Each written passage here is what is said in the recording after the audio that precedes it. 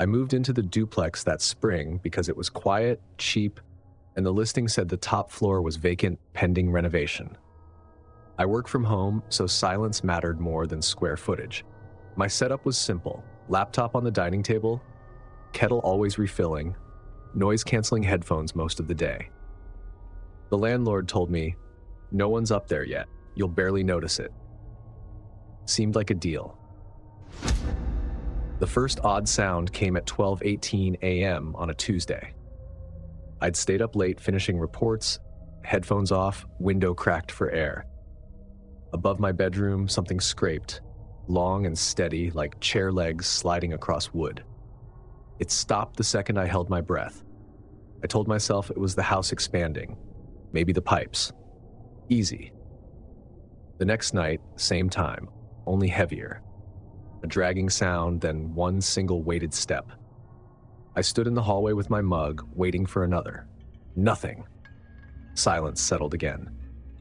You can dismiss strange sounds once, maybe twice, but the third night you start writing things down. So I did. The pattern stayed between 12:10 and 1 a.m., like someone upstairs kept the same midnight schedule. Curiosity got me. I held my phone flat to the ceiling, recording a few minutes at a time. Later, I listened back through headphones. Friday morning, I noticed fine dust scattered on my dining table under a thin crack in the ceiling. New, pale grit like sand. I wiped it away, pretending I didn't know where it came from. That night, I stepped outside and looked up at the vacant windows, all dark. Just as I turned to go back in, one blind lifted slightly, then stilled. If it was wind, it had remarkable timing. I called the landlord the next day. "No one's got a key but me," he said. "Place is empty, probably old pipes." I wanted to believe him, but he added, "I'll check next week," and that didn't help much. That night, around 12:16, the power flickered. Router lights died, apartments sank into quiet. From directly above my bedroom came a thud, like something heavy dropping and settling. I took the broom from the hallway and tapped the ceiling 3 times. 3 answering thumps followed, each one slower, farther apart, like someone backing away across the floor. I didn't call the landlord. I called non-emergency dispatch. 2 officers showed up. They were polite but unconvinced. They circled the building, tried the upstairs door. Locked tight, deadbolt engaged, no sign of tampering. "We can't break in without cause," one said. "Call us if it happens again." Then they left. That night, I dragged a blanket to the couch in the living room and kept the lamp on. Not because light fixes anything. It just makes the dark choose its corners. By morning, the same dust had fallen again, now forming a faint halo under the ceiling crack. Over the next week, the noises became inconsistent. A few nights silent, a few punctuated by a quick scrape, a short drag. It was enough to keep me checking the clock before bed, waiting to see if the pattern returned. A few nights later, my neighbor mentioned hearing someone moving furniture late in one of the houses behind us. I didn't tell him my ceiling was the one doing the moving.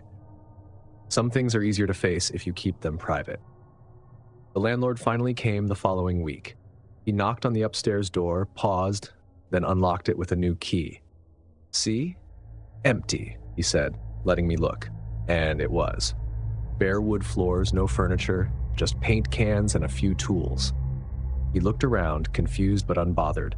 "Buildings settle at night," he said. "You're hearing the shift." He offered a rent discount for the trouble, which told me he believed more than he wanted to admit. That same night, at exactly 12 a.m., the dragging came again, clearer than ever. One long scrape, one single step. I didn't bother checking the ceiling. I just lay there and listened, counting the seconds between sounds like timing heartbeats. Whoever or whatever was up there was keeping time with me. 2 nights later, everything changed. It was around 3 a.m. I was working late. Deadlines, when I noticed headlights sweep across my living room wall. I looked out the blinds and saw a black SUV idle to a stop in front of the duplex. 3 men got out, all wearing ski masks. They didn't knock. They didn't check addresses. They moved fast and quiet, heading straight for the upstairs entrance. One carried what looked like a duffel bag. Another had something heavy in his hand, maybe a pipe or crowbar. Then came shouting. A crash, furniture slamming against the floorboards above my head. I backed into the hallway, phone in hand, trying to dial but afraid to make a sound. I could hear them yelling, short, clipped words I couldn't make out. Then a muffled cry.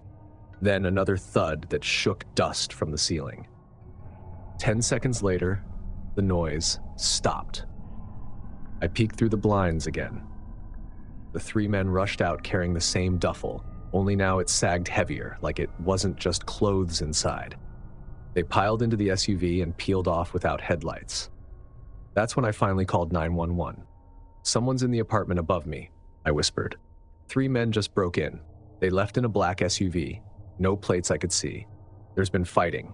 I think someone's hurt." The dispatcher told me to stay inside and wait for officers. I sat by the window, every muscle locked, counting headlights until I saw flashing blue. 2 cruisers arrived within minutes. I met one officer at the door, pointed them upstairs. The other stayed with me while I tried to explain what I'd heard. The weeks of noises, the so-called vacant unit, the landlord's visit. Then came a shout from upstairs. "We've got one." They found a man lying on the living room floor up there, breathing, semi-conscious. The officers called for EMTs. Later, I watched from the lawn as paramedics carried him out on a stretcher, his hands cuffed loosely to the rails. An officer came over and told me, "Looks like the place wasn't empty after all. Guy's been squatting up there for months. We found scales, baggies, vacuum sealers. Looks like he was packaging drugs. Probably owed someone money." I just stared at the dark windows above mine. All those nights of dragging sounds, not ghosts, not pipes, but a man pacing around his own mess, waiting for something to come due. The officer said the 3 masked men likely came to collect a debt, took what they wanted, and left him alive. He'd be arrested once treated. By dawn, my living room still smelled like sawdust and fear.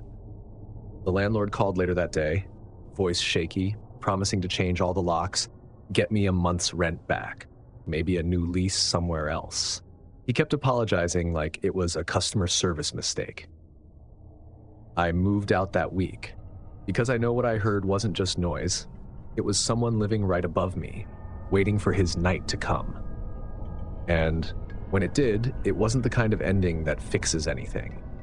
It just made me realize how thin the ceiling really is between normal life and the kind of trouble that doesn't knock. And if I hear footsteps in an empty apartment again, I won't wait for proof.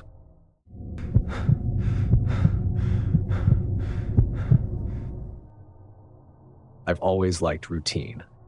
I grade my students' essays at the dining table, lamp to the left, motion light outside the garage. Predictable nights make up for unpredictable kids. Next door sat an old Victorian that'd been vacant for months. No trash out, no cars, just a for sale sign and weather-faded flyers stuck in the door. I got used to it. Then one night while I was grading, I noticed a faint glow behind its upstairs curtains.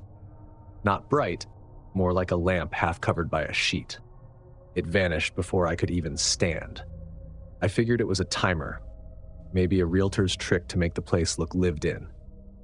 But 2 nights later, it happened again.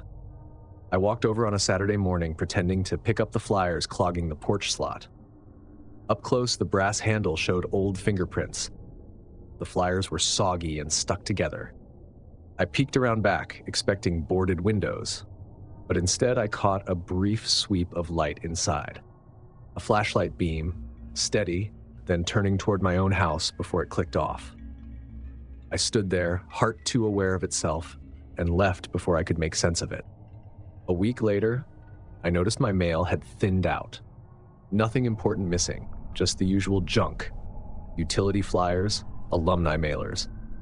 Then on Sunday, I saw that same alumni magazine sitting on the empty house's porch, addressed to me. That's when I stopped telling myself stories. That night, I took a flashlight and crossed over again, moving along the side fence. Through a dusty side window, I saw exactly what I shouldn't have. A folded sleeping bag, food wrappers, water bottles, and a neat stack of 8x10 photos on a radiator cover. My photos. My house. My windows. My kitchen with me blurred behind the sink. My bedroom curtain half drawn. The angles didn't lie. Someone had been watching. I backed off slow, went behind my car, and called the police. Within minutes, 2 officers arrived. One stayed with me, the other circled the property with a flashlight. When he came back, he said, "Looks like there's someone inside." We waited for backup. When they reached the back door, the latch hung open, footprints pressed deep into the dirt. Whoever was inside was already gone. The realtor showed up with keys, pale and sweating. Inside, the cops bagged everything. Wrappers, bottles, the photos. Clean squares in the dust showed where more had been taken. "We'll call you for a statement," one officer said. I didn't ask for details. That night, I graded papers with every light on. The house next door stayed dark, as if nothing had ever lived there. The realtor changed the locks the next day and added motion lights, front and back. I installed one over my side door. The neighborhood returned to normal. Sprinklers at night, quiet driveways, the late bus sighing at the corner. 3 nights later, I saw the upstairs glow again, just for a few seconds. I told myself it was a leftover timer. Still, I wrote a note to remind myself to tell the realtor. My list grew longer. Move the lamp away from the window, replace my curtains, stop grading so late. I didn't tell anyone. Fear sounds foolish when you try to explain it out loud. 2 weeks passed without trouble. Then one Tuesday night, while taking the trash out, I lifted my bin lid and felt it tug, something taped underneath.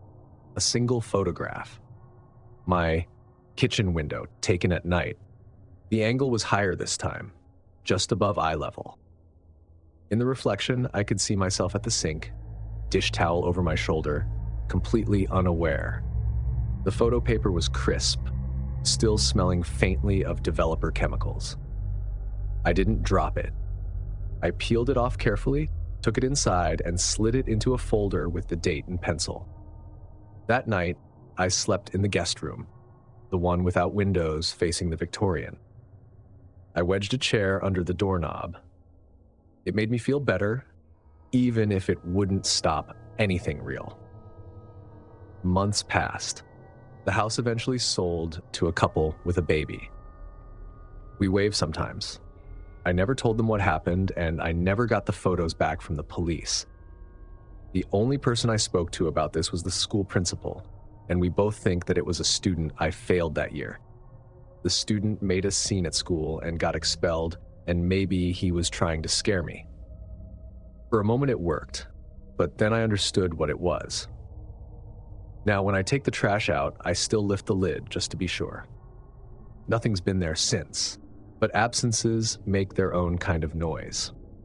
The kind that follows you back inside, reminding you that someone once stood close enough to photograph your life and make it look like theirs. I keep that last picture in a folder on my desk. Not as evidence, just a reminder that even when the house next door looks empty, it doesn't mean you're alone.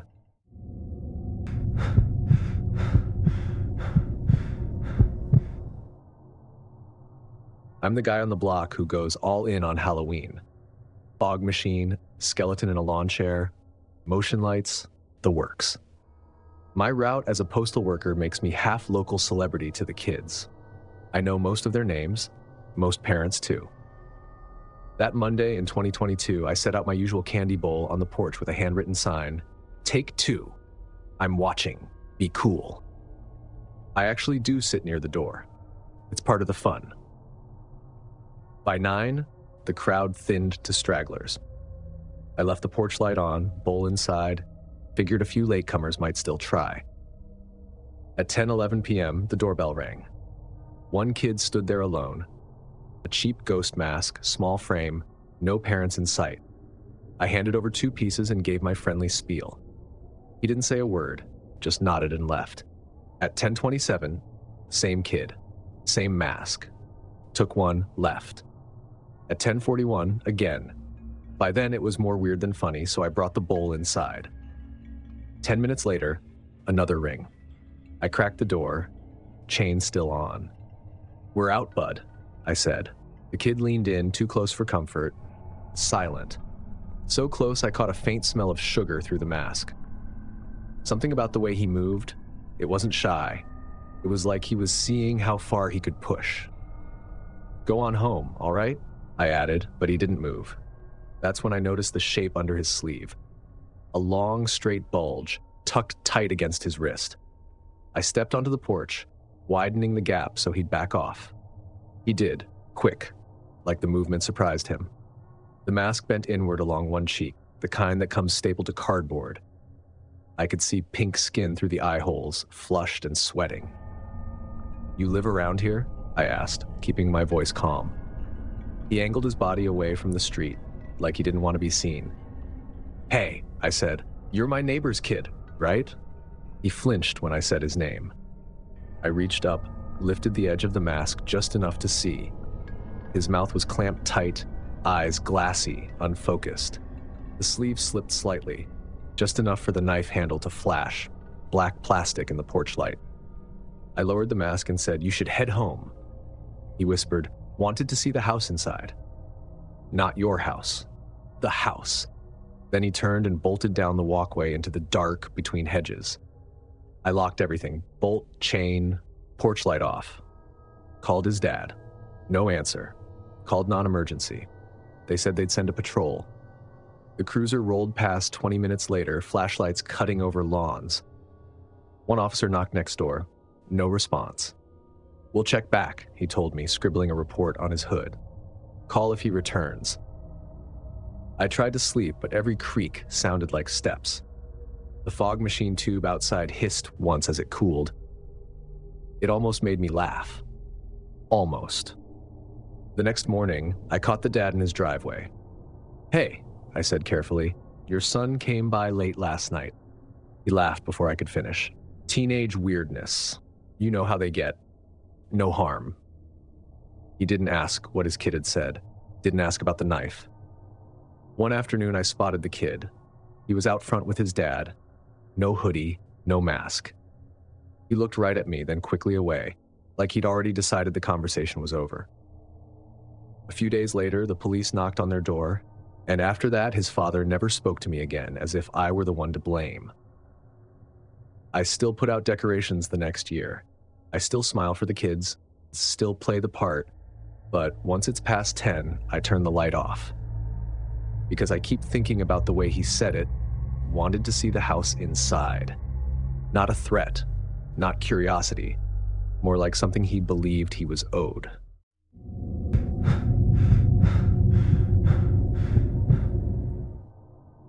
I don't get many weeks off. When I do, I fix what's broken, oil the hinges, clear the gutters, patch what needs patching. I'm a trucker, and it was a quiet week in Dallas, summer heat settling low. That's when the first knock came. A guy stood on my porch in a reflective vest. Not the city kind, cheap, wrinkled, like he bought it online. Clipboard in hand, badge swinging from a lanyard. "Evening," he said, smiling. "Neighborhood watch, doing safety checks. You got any cameras? What direction they face?" I nodded, listening. He kept talking. "What time are you usually out? Nights? Mornings? Which side door's easiest if we ever needed to do a welfare check?" That one stuck. "Side door?" I asked. "You're not police." He chuckled, waving it off. "Just being thorough, sir." I told him I'd check with the HOA. He said he'd already cleared it with the watch captain. Named the wrong person. Twice. When he left, I texted the real captain. Got a guy in a vest asking about camera angles. "That you?" No answer. 15 minutes later, my neighbor Mrs. Chen texted a photo to the group chat. Same guy, same vest, same clipboard. He asked which windows we leave open. I finally got the captain on the phone. "I'm in Austin," he said. "We don't knock doors after dark. Whoever that is, he's not with us." By then, the man was on the next street. I watched him from my window, never writing anything down, just scanning porches, peeking at side gates. A neighbor down the block called him out. "Evening, sir. Which sector you from?" The guy smiled, flashed the badge. "West Division." "That's not you," the neighbor said. The man's grin dropped. "We had a report of suspicious activity." "I'm that report," the neighbor replied. The man turned and started walking, then sprinting. The neighbor followed. I jogged after him, keeping distance. At the corner, the man jumped into a dark gray sedan idling with its lights off. When it peeled away, the license plate was covered by a muddy plastic frame. In the road, something small glinted in the headlights. A flashlight and the badge lanyard. Police showed up 15 minutes later. The badge turned out to be real, stolen from a Dallas officer during a gym locker break-in weeks before. The flashlight, too, was standard issue gear. The cops promised extra patrols, told us to lock up, and drove off. That night, I sat by the window with the TV muted. I'd been on the road long enough to recognize the look in that man's eyes. It wasn't random curiosity. He was mapping. The next morning, I found another flashlight in my flower bed. Must have rolled there when he ran. It was small, heavy, good quality. When I clicked it on, the beam was weak, yellowed, tired. I swept it across the living room wall, across the photos of my kid and my dad at a baseball game, and it hit me how much I hated seeing my home under someone else's light.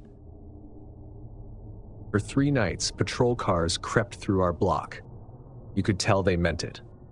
Windows down, lights dimmed, watching driveways. Nothing happened. Then the texts went quiet again. Routine crept back, but I didn't shake it. Every time I went out at dusk, I checked my mirrors. I started locking the gate even when I was home. A few days later, Mrs. Chen messaged, "That guy came back in daylight, asked about the alley gate, left when I said I'd call my husband." Patrol rolled by again. Too late, as always. The captain stopped over that evening. We walked the alley together, pointing at weak fence lines, gates with broken latches. It felt like we were rehearsing someone else's plan. Just actors walking a stage someone had already scouted. That night, I sat in my truck cab out front, engine off, window cracked. I pictured the imposter knocking on other doors, using that same polite voice, gathering new routines to file away. It hit me that if he'd wanted to break in, he didn't need to force anything. People were handing him blueprints with every friendly conversation. I kept the flashlight on the counter for a few days, thinking I'd hand it over if an officer came by. But on the 3rd day, I took the batteries out and shoved it in a drawer. A week later, my captain sent an update. No leads, no suspect vehicle match. Probably casing houses, maybe worse. That's what unsettled me. The maybe. Since then, I don't open the door right away anymore. I talk through it first. I ask for names I already know, reasons that make sense. And if someone flashes a badge on my porch again, I'll check the face before the words.